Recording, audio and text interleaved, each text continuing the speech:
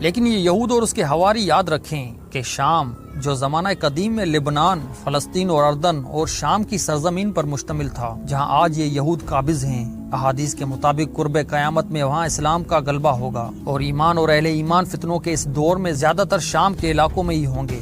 فتنوں کے اس زمانے میں اہل اسلام کے مختلف علاقوں میں مختلف جماعتیں اور لشکر ہوں گے۔ اس دور میں آپ صلی اللہ علیہ وآلہ وسلم نے شام اور اہل شام کے لشکر کو اختیار کرنے کی ترغیب دلائی، کیونکہ اس دور میں ان کی حفاظت کی ذمہ داری اللہ تعالیٰ نے لی ہوگی۔ یہ حضرت مہدی اور حضرت عیسیٰ علیہ السلام کا لشکر ہوگا۔ قرب قیامت میں خلافت اسلامیہ کا مرکز اور محور ارض مقدس ہوگی۔ قیامت سے قبل مدینہ منورہ ویران ہو جائے گا اور بیت المقدس آباد ہوگا، تو یہ زمانہ بڑی لڑائیوں اور فتنوں کا ہوگا۔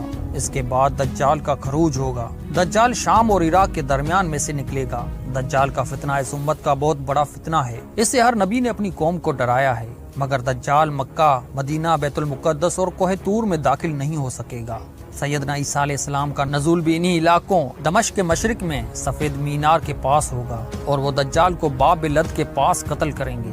باب لد فلسطین کے علاقے میں بیت المقدس کے قریب ہے، جس پر اسرائیل غاصب نے قبضہ کر رکھا ہے، اور اس طرح فتنہ یاجوج ماجوج کی ہلاکت اور انتہا بھی بیت المقدس کے قریب جبل خمر کے پاس ہوگی۔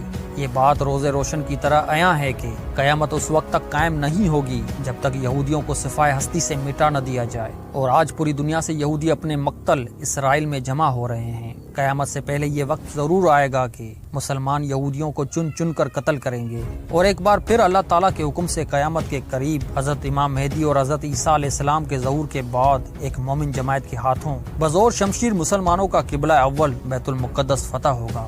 بیت المقدس اور فلسطین کے موجودہ حالات سے یہ بات واضح ہے کہ وہ وقت اب قریب ہے، لہٰذا مسلمانوں کو چاہیے کہ وہ قبلہ اول کی حفاظت اور آزادی کے لیے ہم وقت تیار رہیں اور اپنی نسلوں کو اس کی تاریخ سے واقف کرواتے رہیں اور اس کی بازیابی کے لیے تیاری کریں۔